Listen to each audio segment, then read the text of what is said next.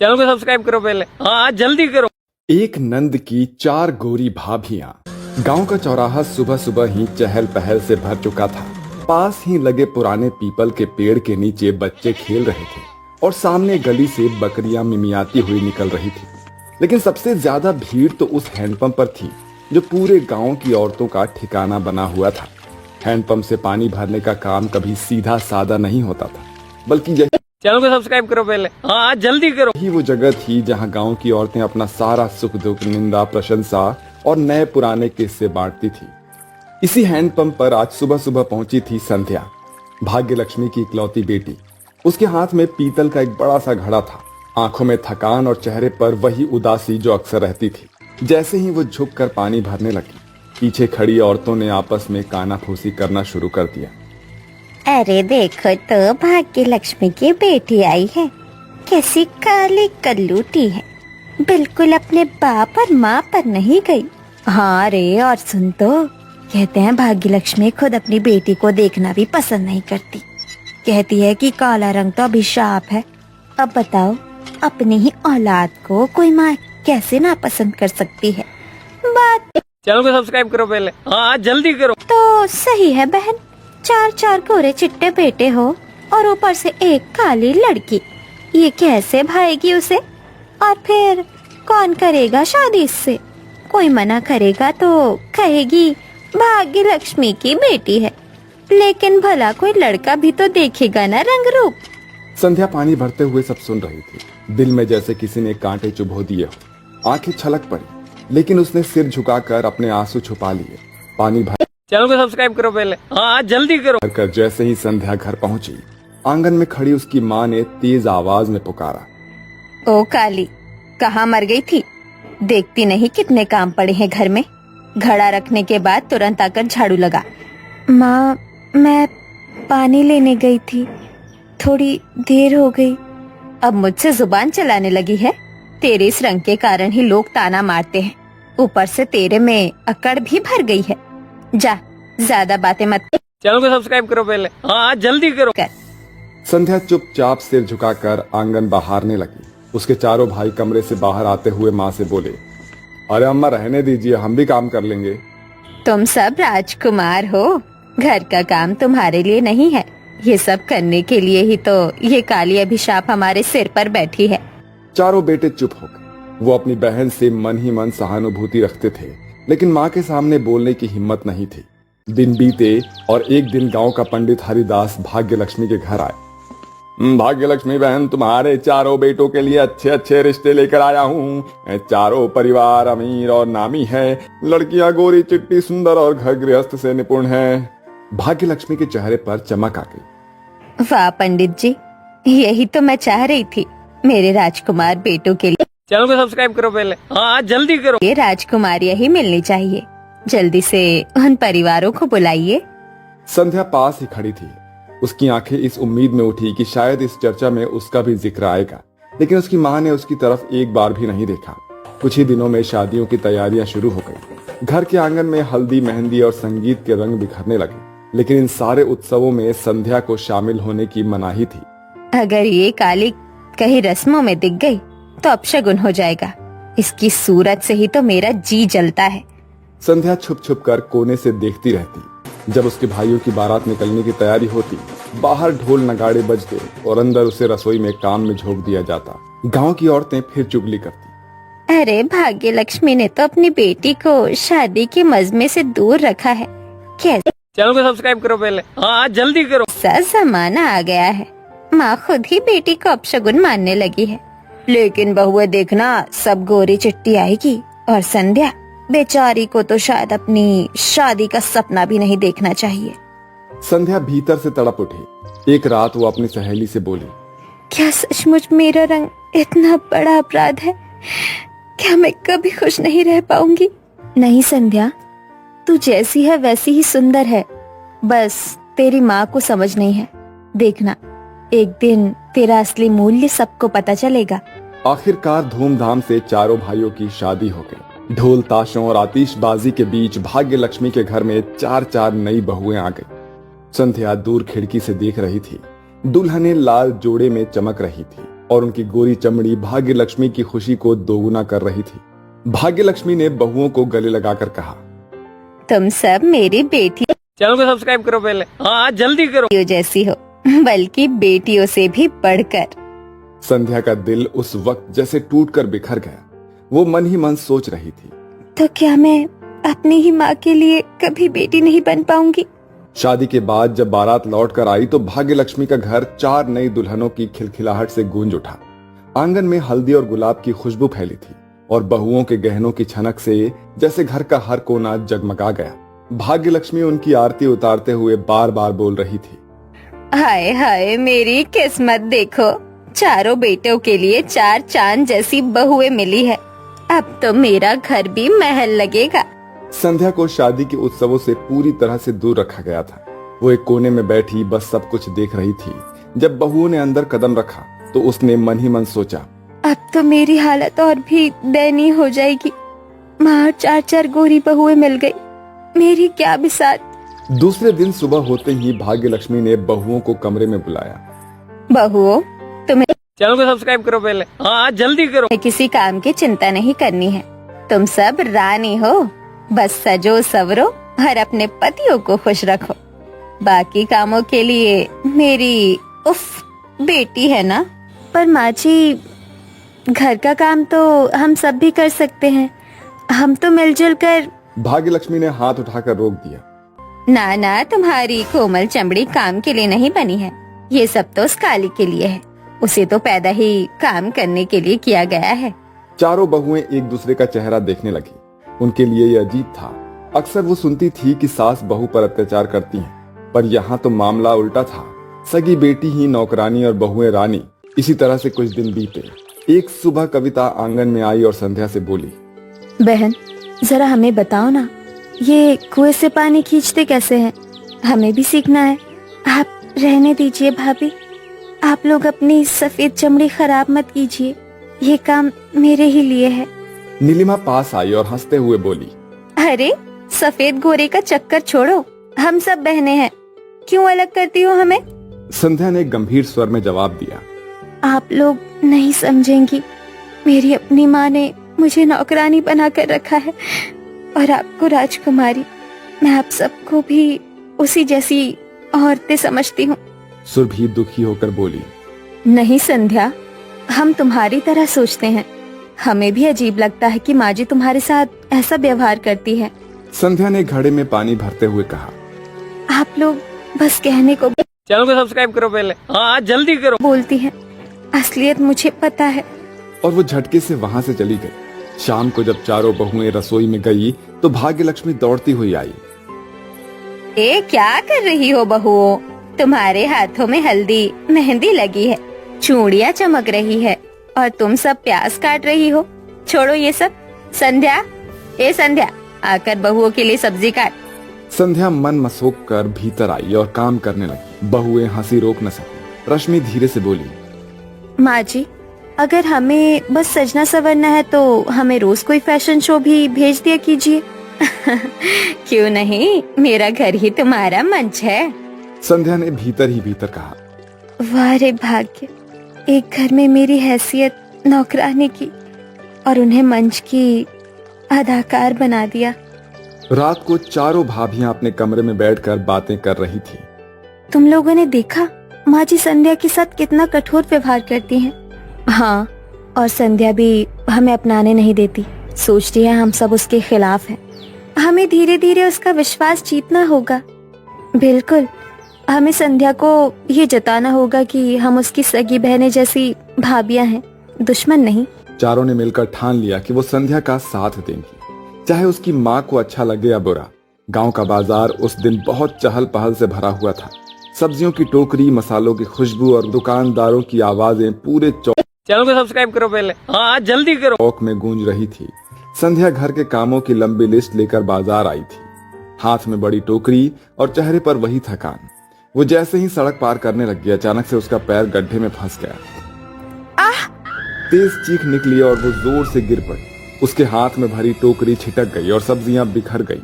लोग इकट्ठा हो गए। किसी ने कहा, अरे ये तो भाग्य लक्ष्मी की बेटी है, लगता है हाथ टूट गया है। संध्या दर्द से करा रही थी। किसी तरह से लोग उसे घर पहुंचा दिए। जैसे ही चारों भाभियां दौड़ कर आई, उन्होंने देखा कि संध्या का हाथ सूज गया है। हे भगवान, ये तो फ्रैक्चर लग रहा है। जल्दी डॉक्टर को बुलाओ।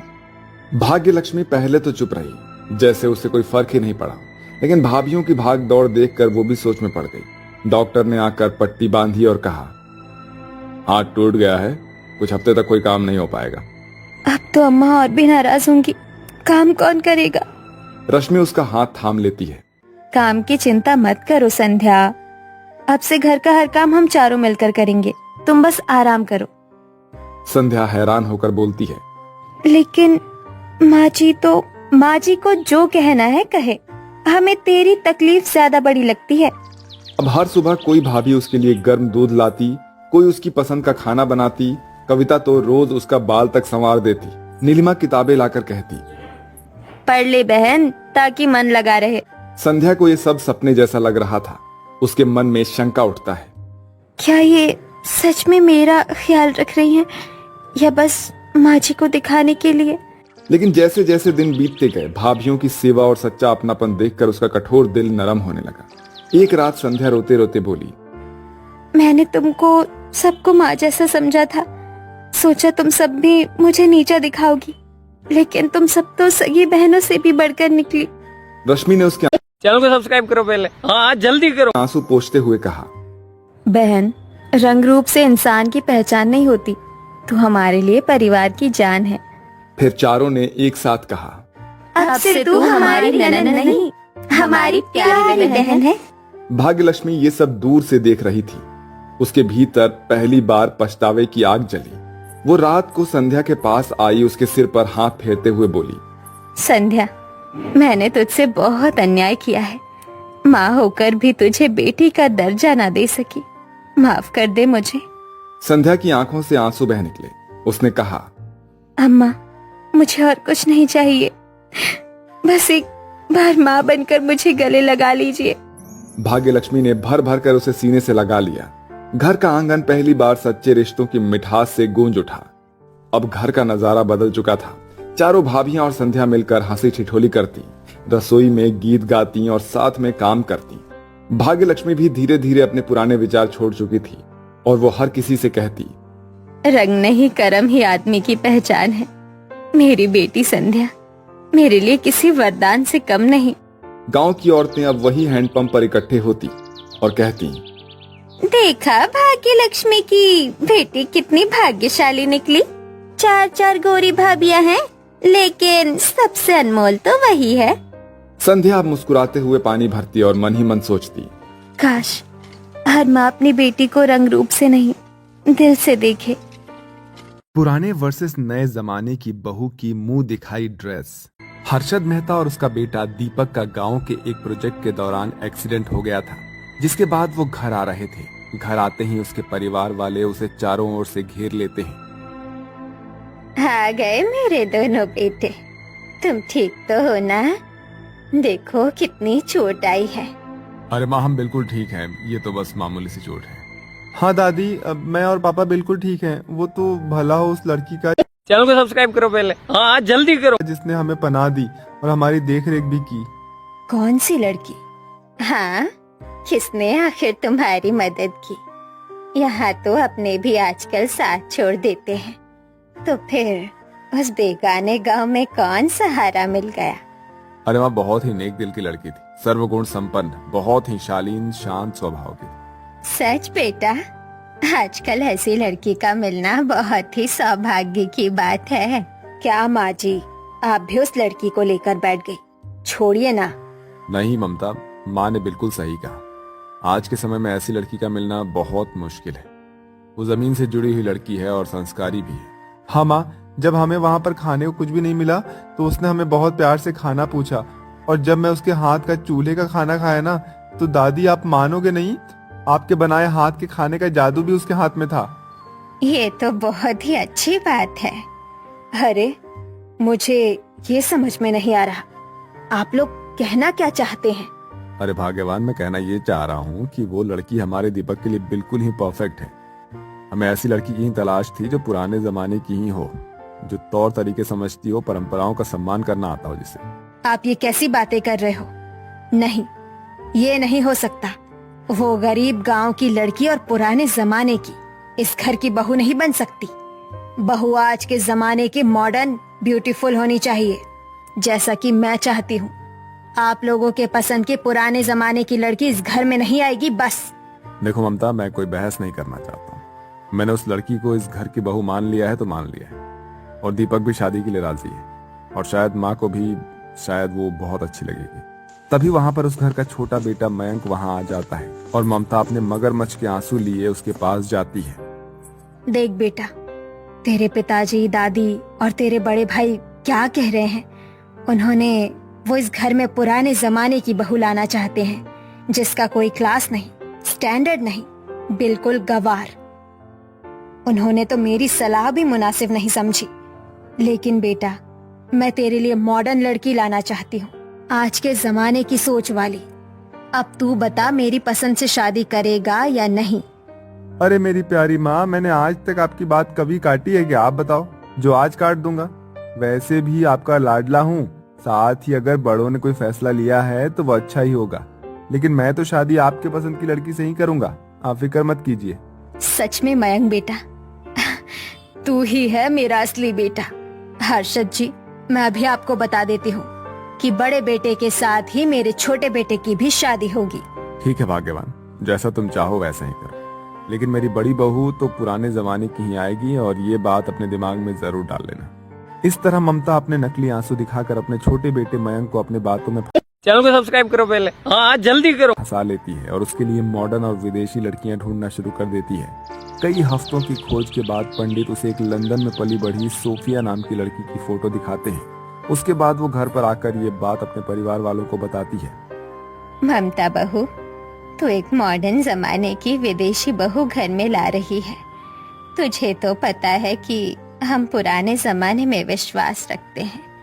कहीं ऐसा ना हो कि ऐसा फैसला तुझ पर ही भारी पड़ जाए। ममता सोच लो, कहीं तुम्हारा किया तुम पर उल्टा ना पड़ जाए, क्योंकि मैं तो माँ की बातों से सहमत हूँ। अरे ये आप दोनों कैसी बातें कर रहे हैं?